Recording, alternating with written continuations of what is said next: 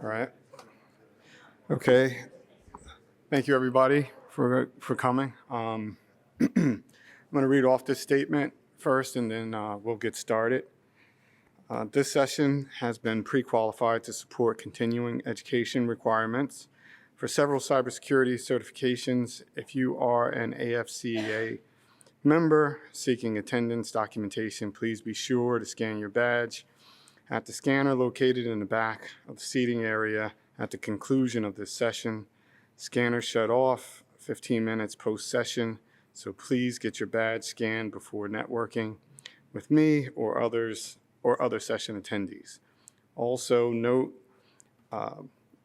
that to qualify for CEUs or CPEs, the session must run a full 60 minutes. That 60 minutes can include Q&A, so please have your questions ready so that we can fill the time requirement. Full details on continuing education programs are available in the conference app on the conference website. So, with that said, my name is Elliot Lynn. I am the co-director for the Center of Cyber Defense for American Military, American Public University, APUS system. Altogether, everybody's talking about AI, co-pilots, everything of that nature now, so I'm going to at least dive in a bit, not only what's here, but some of the things that are coming, especially in terms of educating, whether it's continuing your own education for what we're doing for students and otherwise. I'll have time at the end for questions, comments, and whatever else. So hopefully I could at least strike up enough questions that you guys have some for me.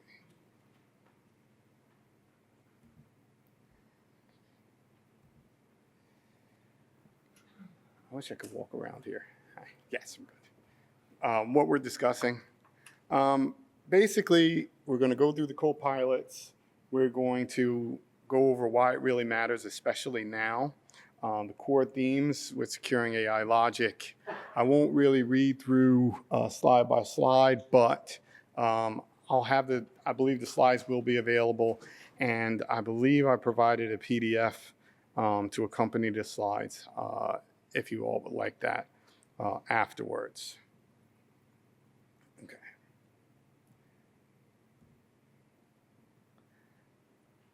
So I'm going to start with something really basic. You're part of a criminal investigations team, normally pulling together case notes, suspect histories, biometric data, takeaways. It sometimes could take weeks. If you have a co-pilot configured correctly, it could certainly dwindle down to minutes. A lot of people confuse at least what co-pilot can do with simply doing the job. And that's not the case. It's like having an additional person that's super efficient, really fast, and forgets things, but at least you can catch the things that they forget. You have to really lock it down early. And when I say lock it down early, it's before you really decide to adopt or utilize some of these co-pilots, especially in a secure environment. You'll find even in the most unsecure environments where data is just available for everything, there's a great deal of care that needs to take place before you jump in to attempting to utilize a co-pilot. It's very different than what you see at home now, what some of you may have on your phones with ChatGPT or Microsoft's Copilot or any of the other ones that are out there. It is a very slippery slope to getting a bunch of misinformation or information that's not really even applicable, or just flat out wrong information that's applied that is technically correct, but completely incorrect for your situation. I've been in at least 4 different implementations at this point. some with secure data, some where no data is classified whatsoever. And it's amazing how many correct answers that you can get that make absolutely no sense for what you're looking for. So it's very important that your data sources are intact. So if you haven't adopted something like a AI Copilot and looking to, the first thing you want to do is take a hard look at your data. For the military folks, it's certainly easy. You have a classification system in place already for official use only, all the way to top secret compartmentalized. Most organizations don't go through that kind of rigor to make sure that their data is properly classified.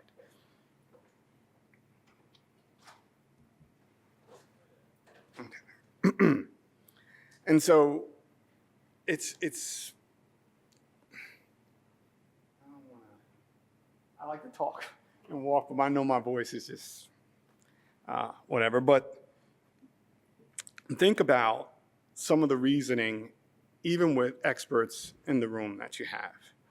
You basically all get together, you have these thoughts or hypotheses or whatever the case that you're going to utilize, and you put them all out there. Everybody, especially for those matters that aren't necessarily fact, but opinion, and what the evidence may suggest, but again, not necessarily fact, you'll find that it may be very difficult to come to an actual resolution of that data. What does it actually mean? How far does it actually go? Does it actually reach in the areas that you would like it to? We're finding with IT professionals, we're very siloed, right? A lot, and I won't say stereotypically that we're introverts, but we may come off that way, especially if you have this niche that you're very interested in. You really don't care about some of these other niches. You'll find that we use things like, well, that's the programming guy's job. I don't care in that aspect. The last thing we care about is somebody in accounting, right? Or somebody that is in sales or in some other aspect. But utilizing a co-pilot, you need to know about almost everything in the organization for wherever data is going to touch. So it's very far-reaching in that sense, but now your IT professionals or your professionals that are going to use this co-pilot, if you will, is going to find themselves now having to understand what important data is important to various departments. It's not just an IT function now. Your workflow people are that much more important. Does this thing lead to this thing, to that thing? And is it a proper answer? And you'll find that everybody will tell you, oh, I'll just plug it into ChatGPT and I'll grab this answer. But the missing thing is the data source. We don't see the data sources most of the time. You plug it in there and you get this very neat answer back. Now they start giving you some source data, but how many of us really dig and look at the sources of the data that we get? It's not something that you really do, and you would think that this would be done, especially at an organizational level, but it's not. And so you'll find that some of your so-called experts in your organization really are just spouting off exactly what they're getting back. And they study it enough that it actually sounds like it makes sense, or it could be right, or it could be very data-driven. But where you get that data, that's one of the biggest issues that we're finding. There's no one size fits all, right? And that's one of the most common mistakes. We're going to use this AI Copilot. We're going to say that these are the prompts that we're going to create. We're going to go through and we're going to come up with this robust system to give us all of the answers for everything that we need across the board. But there's no such thing as a one size fits all. There's no such thing as saying, well, we created this prompt for anything within the organization, and with that, we're going to be able to get this data back. Prompts are very specific. Everything that you're doing with it is super specific. Where's your data source? Where are you getting this information. So now, if you use a one-size-fits-all, you'll find really quickly that the answers don't fit everything at all. And even in some circles, when you narrow it down some, let's just say cybersecurity in itself, it's not enough, because within cybersecurity, there's so many niches within it. So some will say, okay, well, we're going to create these series of prompts for everybody that's on the security side of things. One of my first questions is, what side? And it's like, well, you know, everything, security, you know, anything cybersecurity. All right. But when you really start to narrow it down, we're dealing with information that deals with the warfighter. Is it classified? Is it compartmentalized? If that's the case, where's your data source? How much is it locked down? Where is it locked down? Who has access to what? Where are you cross-referencing this data with? And who's the expert? The computer can't be the smartest person. It can be a great resource, but you still need that expertise. And you'll find that you'll hear all of these things that people will say, well, AI is going to take over. None of us will have jobs. I don't think that's possible, because it makes mistakes. Everything makes mistakes. And even though it's packaged up very nicely, it forgets too. And it'll go to different data sources from one question or one prompt to the next, and you'll get a different answer and a different one and a different one. Or you'll go to another AI tool and say, I'll use this one. Maybe it gets me a better answer. Maybe they use different data sources. And some people take these data sources as final law and gospel, and they bring it in and they say, okay, well, this is actually how it's supposed to go. And you ran this against what organization? Or what organizations did they use to create this model? Was it military? Was there a warfighter at play? Were they ever in theater? Are there human lives at stake? Or is it just information for information's sake? All of these things make a difference. And so you could have all of this data.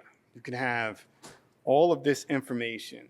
And of course, out there publicly, there's a ton of it. And there's a lot of misinformation. But if you ask a tool and say, what's the best way to run this organization? It'll give you such a beautiful plan. It'll have it separated and highlighted. It'll say something like, well, how many people are there? 200 people. All right, well, here's how you run a small business. Here's how you do this. Here's how you market it. You need funding? Here's how you do that. And it looks really, really good, especially to somebody that doesn't know anything about it. And so some of the things that I find myself, I guess, advocating against is we're going to cut off all of this high expertise cost. There's no reason that we should be paying this person all of this money and they're just going to sit in front of this tool and get the answers. The expertise is still the expertise. This person has been there, so they get that experience that, or the nuances that could possibly save someone's life or put it in grave danger.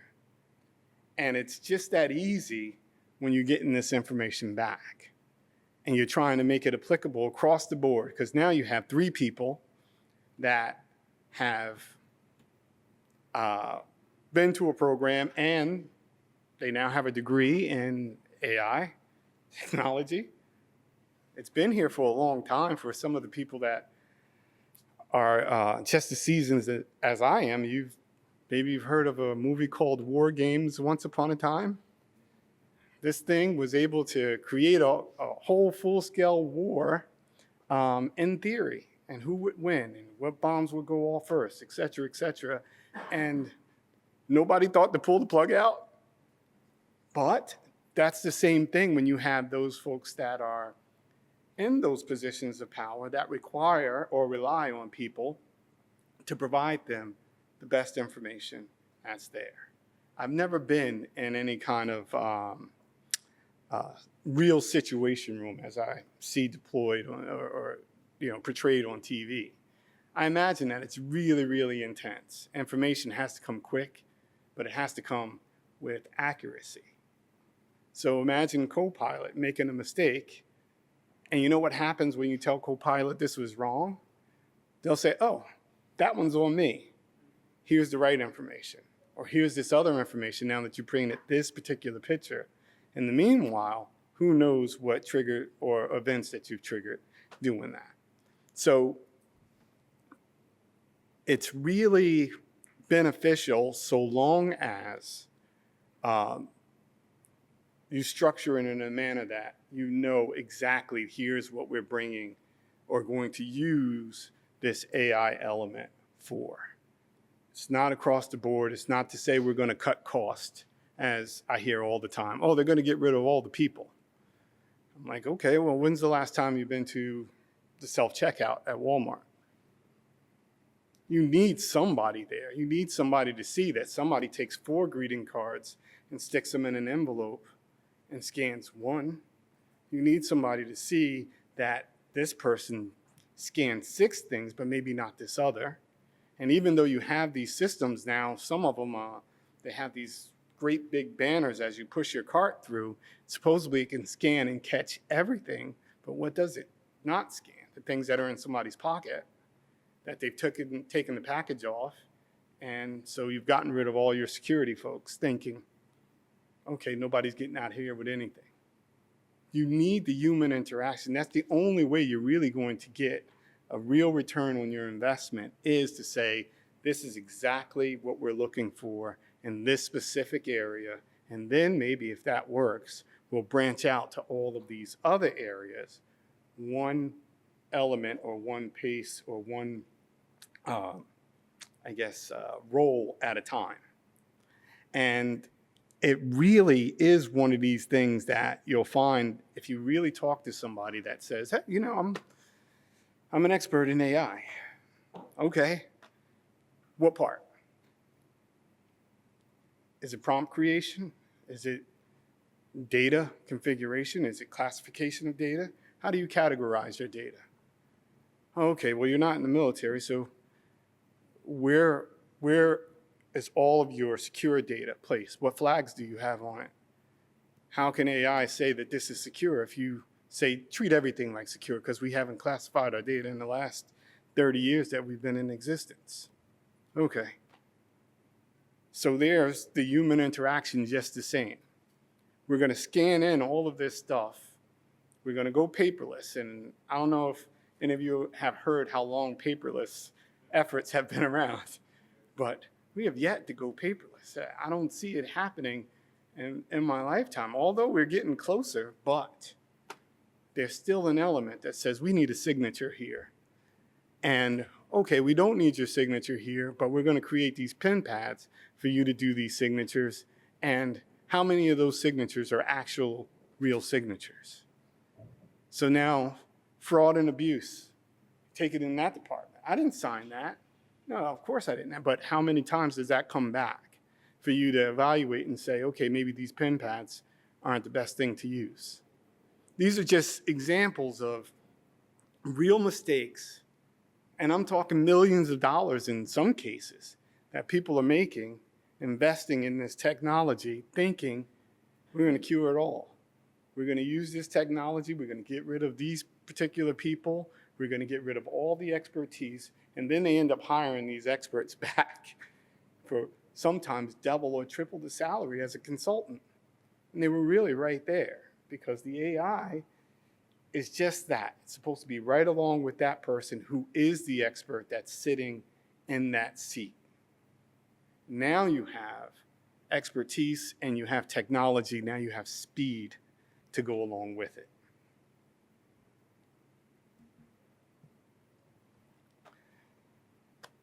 This is really important, and it's often overlooked, especially for an organization that likes to use consultants or contractors very heavily. Institutional knowledge is a real thing that just comes with time and experience. You know that this person is going to sit on this thing for at least 2 weeks before they do anything with it, even though it takes them 20 minutes to do it. There's a backlog here, so you know not to expect this here. There's this, there's that. There's departments that you don't know anything about, but how do you know about these departments now? Who does that in any orientation for when a new person comes on? No organization, at least that I've seen, gives a comprehensive overview to an IT person that says, here are these departments, here is all of their important data, and here is why it's absolutely important. Here's what's secure, here's what's classified as this way. And again, military organizations, a lot of government organizations do that. But there's so many other, especially contractors, unless they're required to, they don't do the same thing. Nobody knows that this person over here or this space over here is really important. What does that financial data mean to anything to me? It doesn't mean, okay, payroll, PII, those kind of things are important, but what about some of the other stuff? And why is this person's call critical versus the other one? We all have those folks that scream loud enough and everybody scrambles as a result. Or if it makes it high enough in a chain and somebody gets a call, now things start moving. But again, that's a very poor way to run things, especially if you have this co-pilot or this AI system running alongside of you that can provide you with real good tactical and updated information. You'll find that this is not only something that organizations don't do, but educational systems don't do. There's no enterprise organizational class for those that are going to school for technology and cyber and say, okay, well, here's how a typical organization is structured. Here are these various industries. Here's how they run most of the time. And essentially finding out why this organizational structure is important. You have to be able to say, here are these things that you're going to encounter, especially if you're using AI. And what element isn't using AI today? Who's not taking advantage of that data and making themselves better or more efficient? That's not afraid to do so. You'll find that some of the decision makers even are a bit intimidated because they'll say, okay, well, what am I going to do? Everything, still. Unless you didn't do anything in the first place. Then maybe you get exposed that you didn't do much. And we all know that there's some people that get to hide behind the busy. They get to look busy, they get to walk around and act busy, they get to say that I'm busy all the time, I just can't get to this. I'm traveling, I'm on TDY, I just got back. Whatever the case, those people eventually will get flushed out because someone will figure out, well, what do you really do? And now you got this expert or this system with you to turn out some of this stuff, but I'm finding out that you're relying on all the people under you. And you're not providing them necessarily oversight, you're just in charge because you've landed in that spot.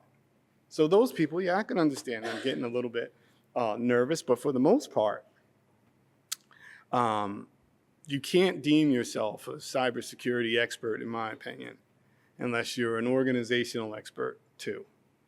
You've got to know how the workflows work. You've got to know what triggers what.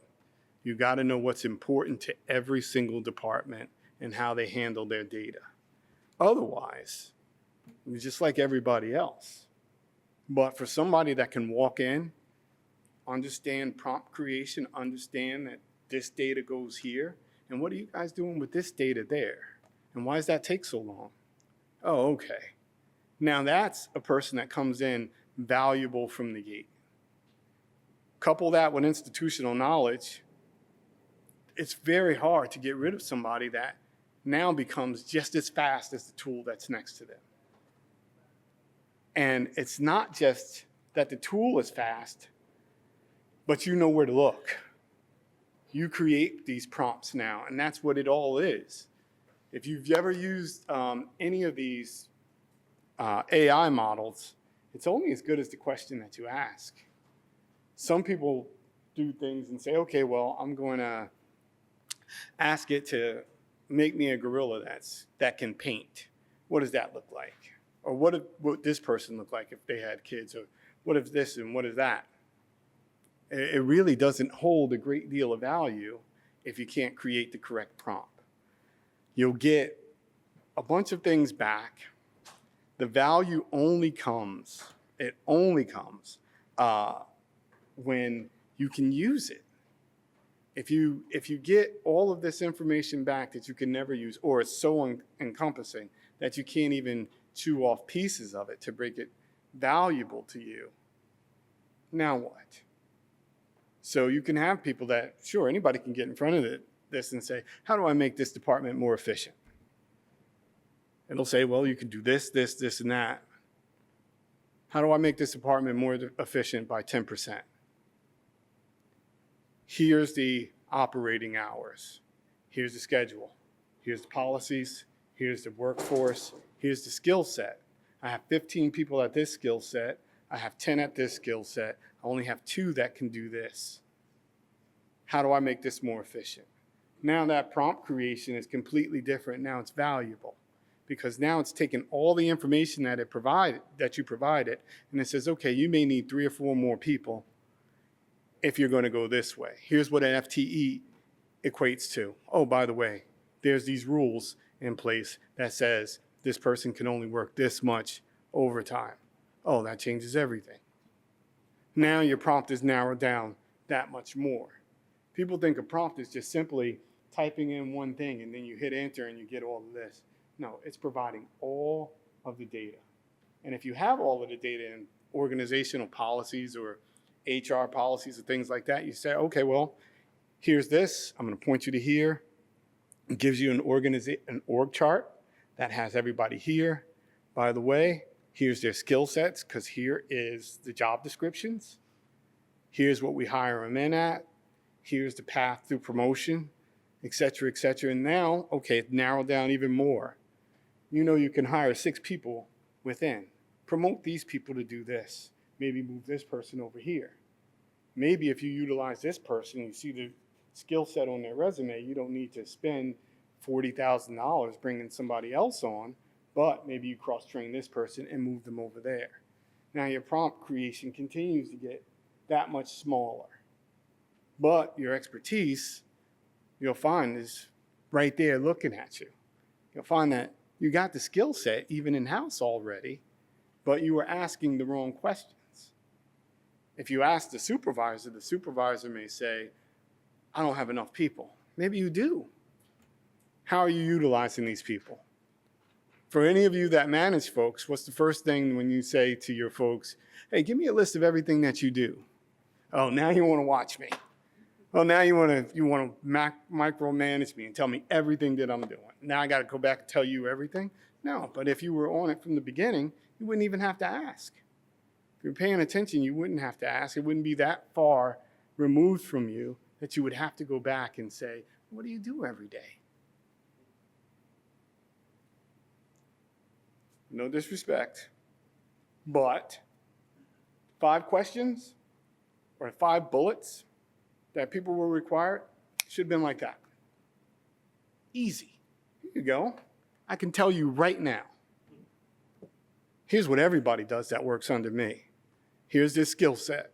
Here's that. Here's this. Here's that. This person is weak. They're going to training. They need to go to training. But here's what this training is going to get me. It's going to give me a 15% return in efficiency of it because here's everything that I have in front of me.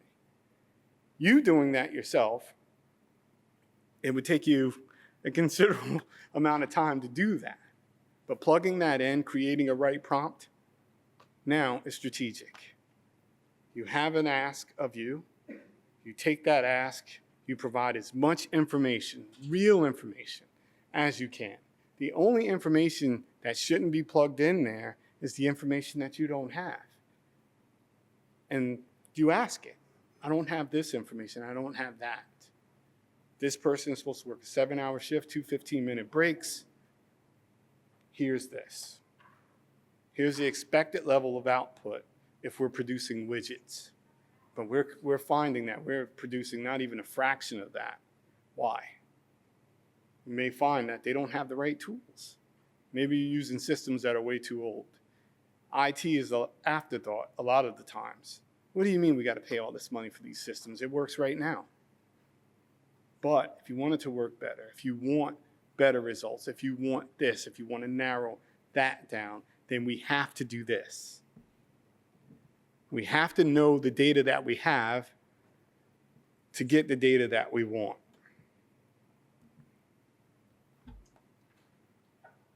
Data classification is a real pain if you've never done it.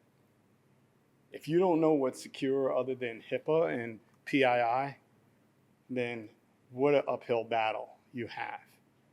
This is going back to people, that maybe some that are no longer there, and saying, what's really important?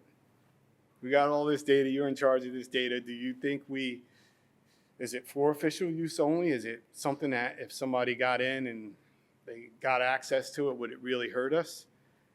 Would it make a difference? Or maybe we just don't want people to know because, you know what, it's our stuff.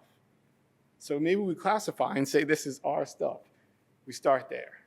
Some people take the most horrible approach and say everything is confidential and classified. No matter what, that's that. We're going to be on the secure and safe side. Okay, that sounds good for everybody outside.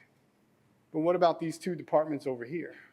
Now they can't see anything because you deemed it this way and only this department should be able to see it.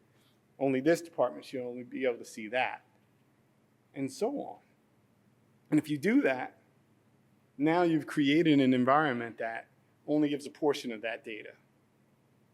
And even if you're going to do it within the organization, now you really have to take a look and say, okay, well, HR is one thing, but so is accounting. They're another thing. But what about sales? Oh, yeah. It's not just sales, but what about marketing? Now we have marketing too. We have this strategy, and we have this, and we have that. And so how is an IT person supposed to know that unless they really sit down with the heads of those departments and say, this is important data, and it should be classified here. For official use only. That's great if you're going to classify everything that way until everything's official use. There's no security to anything that you have out there. Anybody can grab it within the organization. And that's great for a little while. Relying on your network admin for rights and permissions. Hey, give them the same permissions as James has. He's going to be in that role. James is a superstar. He's going to move over here. We leave it right there just the same. Now James has access to both. James has been ticked off for the last 6 months because you won't pay him, but you're adding on the work. So maybe he goes elsewhere, but on his way out, he grabs all the data that he wants, and he's a rock star where he goes, because what you all do is great, but it's hard to keep track of that data now that James has taken it. Auditing is just a buzzword for most people. How many people check their audit logs? Not for failures, but the successes. Take your audit logs, provide it, and create a prompt for AI and say, how many people are successfully accessing this data? Now, how many people should be accessing this data, but they have the rights, they're in this department? How many people should? It's easy to say this many people tried, but most people don't care about how many people tried until they succeeded. Audit logs is the most underutilized thing in IT all the way around. Because if you really have auditing turned on the right way, it's tons of logs. Imagine turning on your auditing for success and failures. It's too much to go through unless you have a data source that's sorted out and a prompt that's created to say, I need to know how many people are trying to get in here versus how many people are getting in here, how many people should have access to it, and how many things align with their job function. And now you're classifying your data as you're weeding out the ones that shouldn't even have access to it in the first place. Some people think that they can do it in months. It's years. And the argument starts once somebody loses access that they always had access to. Justification of why you need it. And again, this is one of the universal problems that everybody is finding with saying, okay, we're going to really take AI seriously, get this thing set up, and become more efficient as an organization. They're spending billions and billions of dollars on these capability, but not because it's something that we don't really need. It's because we are going to need it, and they're racing to see what and who is going to have it first. Where is the universal standard? Where's the rules? We don't have many of them. And as you go through this data classification, you're going to find that there's a ton of gaps. There's a ton of gaps. And how do you fill these gaps? Gap analysis is something that you hear all the time. Okay, well, we're going to perform this thing. We're going to see exactly where we're failing or underperforming, or we have this gap that we're going to plug. But what happens for an organization that's running really well already? They don't put a lot of effort into it, especially if profits are up, if you're in a for-profit organization. Gap analysis is an afterthought. These are the kind of things that you do when your organization is in trouble. But these are the things that you should do before your organization gets in trouble. These are the things that you should do if you have the proper tool configured to do them. If you think about and there's a very basic exercise that you can do and say, okay, well, I'm going to ask everybody what's their steps, for their first hour of the day. From when they start for that first hour. And if everybody's honest, you're probably gonna be like, oh no. But if they're leaving some things out intentionally, you'll find that these gaps of time, they're opportunities for you to fix. They're opportunities to say, okay, well, we're not efficient for these particular reasons because we could do these particular things and make it that much better. And if you think about it, we could take up a whole deck of just the basic things to do to really do a successful gap analysis for any given department, let alone an entire organization. So there is so many things that I hear about, at least now. AI is going to solve all these cases, just like DNA did. DNA hasn't solved a lot of cases just yet. There's still a tremendous amount of backlog. There's still a great deal of systems that don't talk to one another. So the example that I at least want to provide is, think about biometric data. I worked in biometrics for quite a bit. You have a fingerprint, easy, right? Especially on the federal side. You run these prints, you got a hit, done, end of story. What if you don't have the print, but you have everything else? You have the MO that this person is likely to do. You know that they smoke this type of cigarette. You know that they do these particular things. They have this brand of coffee, et cetera, et cetera, et cetera. You put in all of this information, pop it in some cold case files, and now you have this list of suspects. Now you can go to AAFIS and narrow it down even that much more. You start with the easy most of the time, but really building something all the way through and through before you rely on a system maybe that you don't even have access to, or you can reach out and get some of this data back, but it may take months, especially if there's a backlog, unless you can provide a list of 4 potential candidates just by using the data that's in place.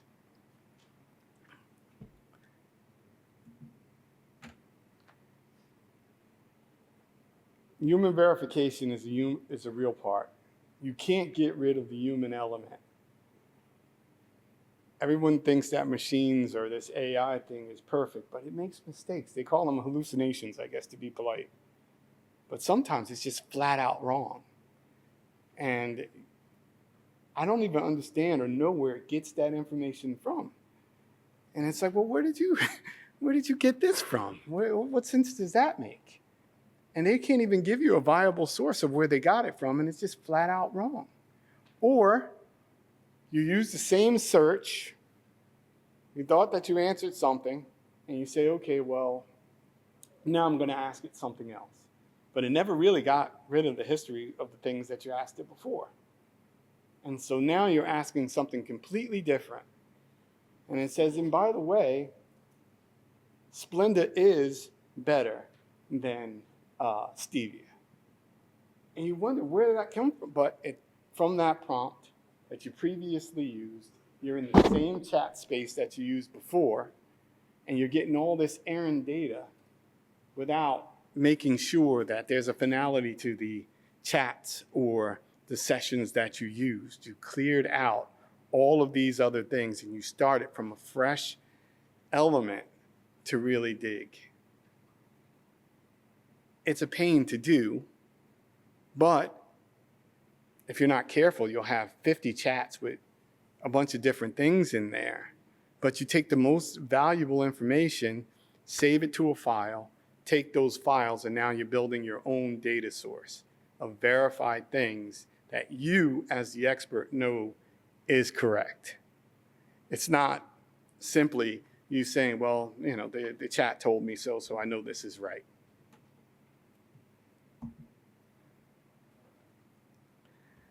Data mining, there still is. There's people that really do this, and they do it really, really well. There's people that really read the data and really can catch these things. And they had systems before, but now the systems now is way better. It's exponentially better in terms of what they can do, how quickly they can get that data. If you think about a Google search, and I think a popular one I like to use is AMD versus Intel. Let's go ahead and do a Google search and say who's better. You get millions of responses. Now, if you do a scholarly search and say who's better, you get about 15, right? These are people that really did the research, took the time, and says, can't say they're better, but the evidence suggests that this might be a better choice. Now, take those 15 people and say, here is all the factors for all my workers in this organization, which is better for me. Now you have a choice. You have the best choice for your organization because that data, where it would have took goodness knows how long, now it's all narrowed down because you've taken the data and you provided it a very specific purpose and tied it to a prompt that actually makes sense, not generally, not for opinion, but all based on fact.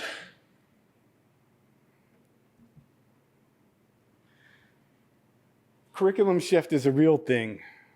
We've been, educational institutions are still valuable. I believe in educational institutions, especially turning out those workers that are going to hit the ground running and be valuable from day one.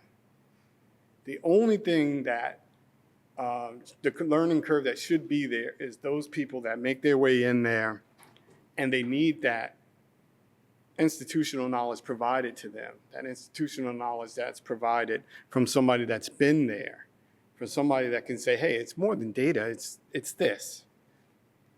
Never mind some of this stuff that you learned in class. It's not applicable here. We don't even use those kind of systems. But here are the kind of systems that we do use. How are you going to catch up to speed?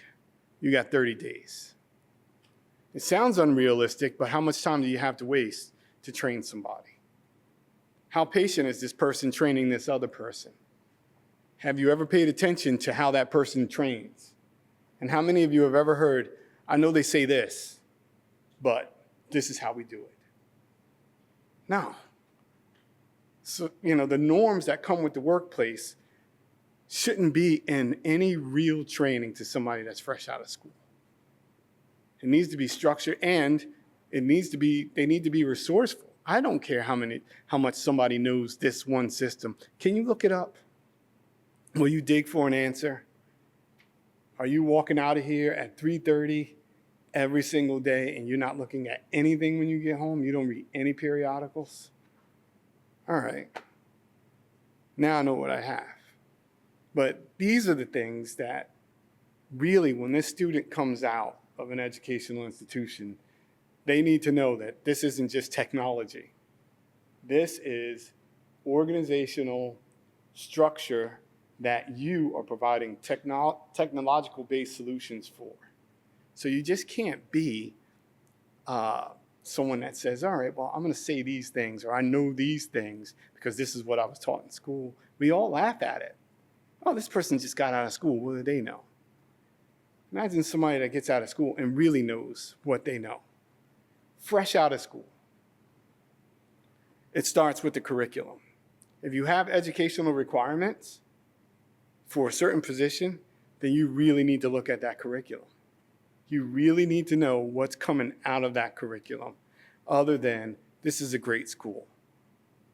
It's not enough now. How much does that school really invest in teaching those students about organizational structure, other than a project? Don't give me just theory.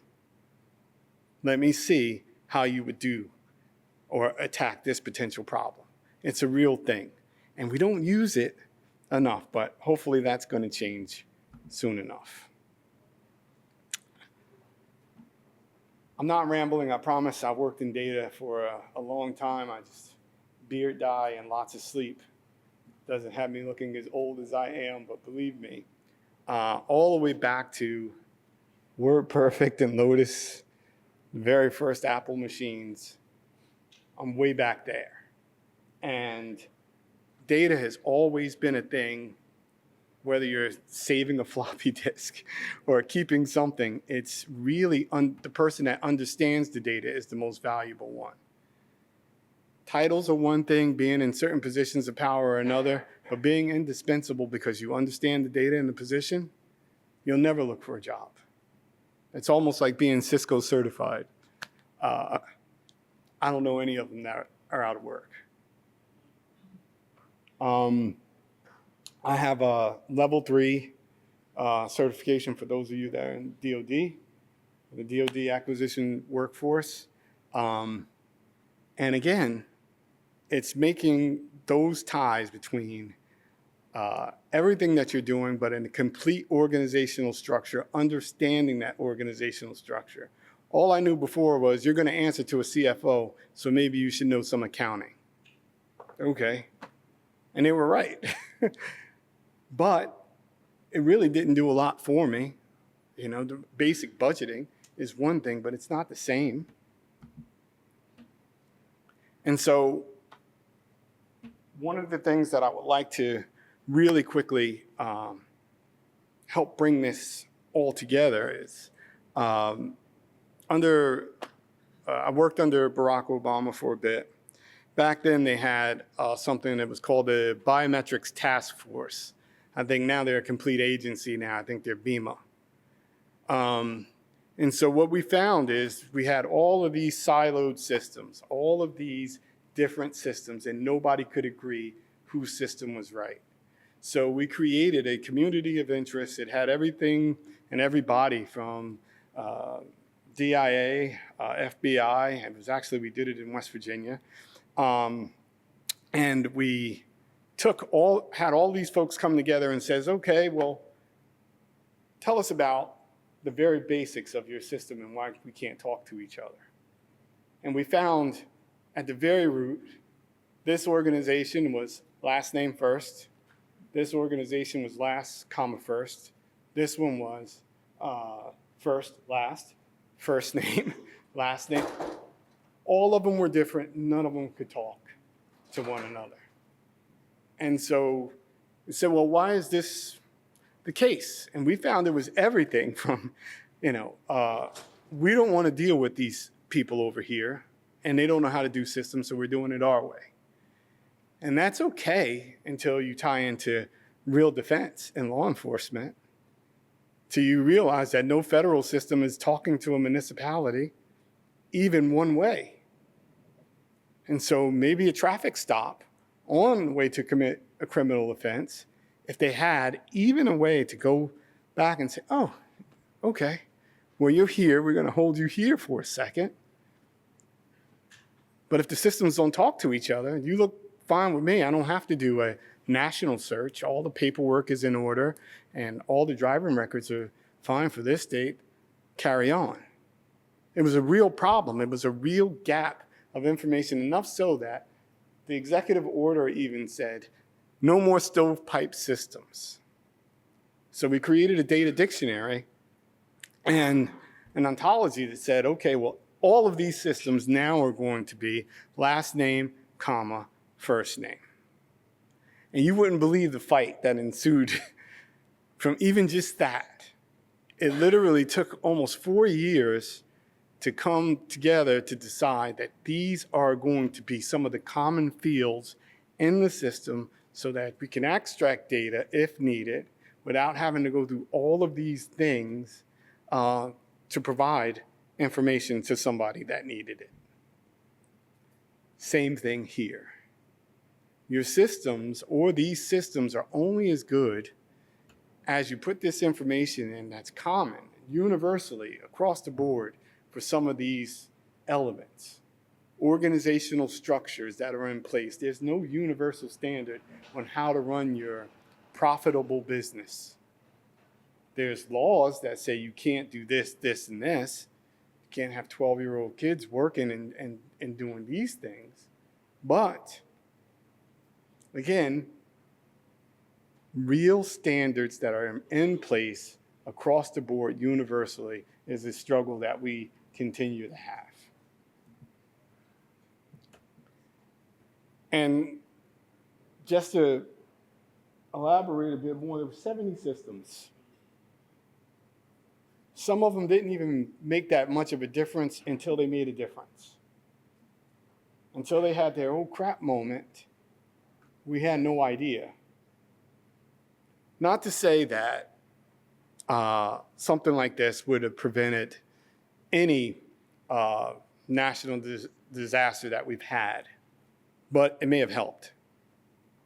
We just don't know. But these are the things that, as you start to talk to other systems, just even in your own organization, what are we doing here? And for those organizations that have places internationally, there's no universal system there even in most cases, except for how you onboard and offboard somebody. How your data is treated, what systems you use. You'd be surprised at the gaps that are in these things.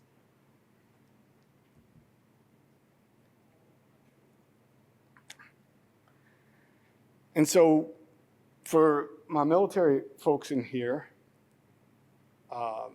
imagine you have these very skilled generals or commanders that are out here. The information that they can get on an offensive or a defensive is spectacular now. Are we going to move on an offensive tomorrow? No, because this weather pattern says this, and this terrain is this way because of this. You'd be surprised at what information you can get just from a prompt on if I should move forward on this. If you want to, for those of you that engage in any kind of combat sports, size up an opponent pop it into AI, and you'll be surprised at what information you get back generally. Until you put in there, I don't work out. I haven't been to the gym in years. I don't run. I can't fight. I can't this. I can't that. And the answer you get will be very different. It'll tell you need to do these things first before you even begin that fight. But if you ask it openly, it's going to say, get in this stance, do this and do that, and you're going to go into it and probably lose. But with the right information, the right data in place, now you have a tool that says you have to do these 15 things before you even think of doing this one. And that's a continual gap that we still have.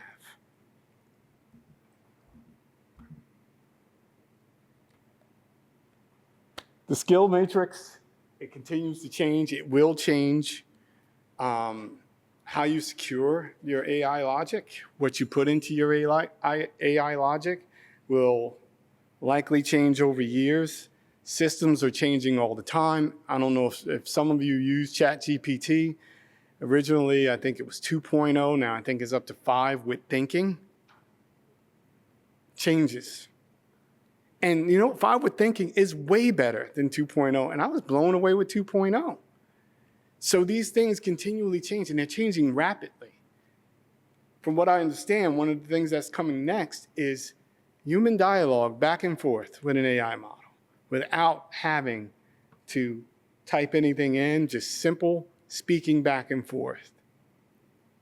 Providing that information and getting that information, and sometimes being tied into vehicles. But we'll see. Again, the skills matrix continues to have to change, but the threat landscape changes too. Anything that you do, there's threats that go along with it, right? So if you're going to use these models and you're going to use them in a way that is informal or almost like a science project, get ready for what you let in. It's not just garbage in, garbage out. You may be exposing things, especially if you didn't classify that data correctly and say, okay, well, we're going to build this AI agent for our public-facing customers. They're going to be able to query and get all this information. We're going to get rid of Martha and Joan over there because they have an attitude problem when people call. Except that AI agent that's created doesn't know not to say that this information shouldn't be provided. Instead, it's going to say, hey, would you like to get the financials on how much it costs us to build this thing too? If it's a data source, if you haven't classified it and you made it available to the public, absolutely I would. Ethics is a real thing.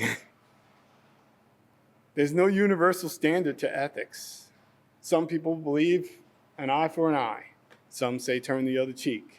Some say avoid it altogether. Some say karma is going to work it all out. Whatever the case, there's no universal standard for ethics at all. So whatever, as you go through these models and it says, oh, it's not in my programming to do that. I can't create this kind of image. They got a few things universally, but think about the last time that we did anything universally as an entire world. TCP/IP. Haven't seen anything since. If you think about it, really, there's no other thing that we all got together and said, this is exactly how we're going to do this across the board. Tie in religion, beliefs, societal norms that vary from country to country, even sometimes from state to state. That ethical makeup is completely different. But it's an absolute need. And did I run it all out? Same with the global implications. And I'm such a tatty-patty with this stuff. I'm so sorry, everybody. Global implications, again, we just don't have a universal standard on how to behave ethically. And people think ethics boils down to if it doesn't hurt anybody. But what's the definition of hurting somebody? Some people argue that my public address should not be for anybody to look up and find out where I live. But it's public record. Until somebody gets stalked, hurt, or something like that. Now, you think you're behaving ethically by being transparent, but that transparency may have cost somebody their lives, but it's deemed as fair and it's deemed as legal. But you don't know how that's going to be weaponized. So these are considerations that we're almost going all the way back to the drawing board all over again for. Same thing, in the wrong hands is definitely in the wrong hands. A knife will cut a steak, it'll murder somebody. Gun is great for target practice and a great hobby unless it's used the wrong way. Information is information unless it's used the wrong way and for the wrong things. Defining what those wrong things are is easy for the people in this room. It's very difficult for somebody that really doesn't have to think about it. Or their only moral compass is whoever they're around every single day. It's a big deal. This just gives you a basic idea of a roadmap. If you're looking at doing it, it's not fast. At least a year, 3 to 5, if you're really serious.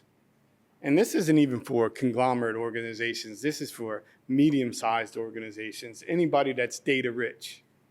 Think about how much data you even have on your phone now. They come almost a terabyte now. That's just in your pocket. So imagine an organization and how to really do this and say we're all on the same accord and moving forward.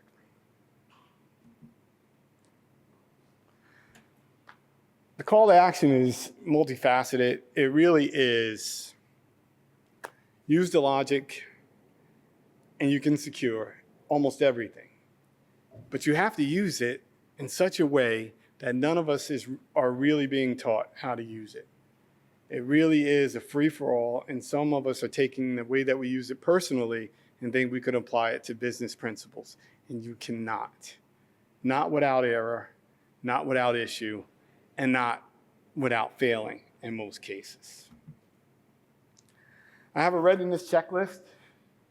Feel free to snap a picture of that. My information will be provided on the very next and last slide. It's just one of those things that you really have to run down, and it's probably even more. Again, there's no universal standards, but this is just a checklist that I start with. If nothing else, this is where we start. The very basics from your data, your ethical behavior, how you use that data, how it's applicable, and what you get as a result. It's all in there. I will promise to hang around for anybody that's bored enough to ask me questions. My information is there. If you want to reach out or send me an email, I'm happy to provide as much information as I can. I do not hoard information in the sense that I'm not afraid to share it, especially for those things that I can. I think this is a very, very big and shared responsibility for us all. And I have seen, like I said, millions of dollars of mistakes, and they continue to happen. Thank you very much, everybody. I greatly appreciate you listening to me.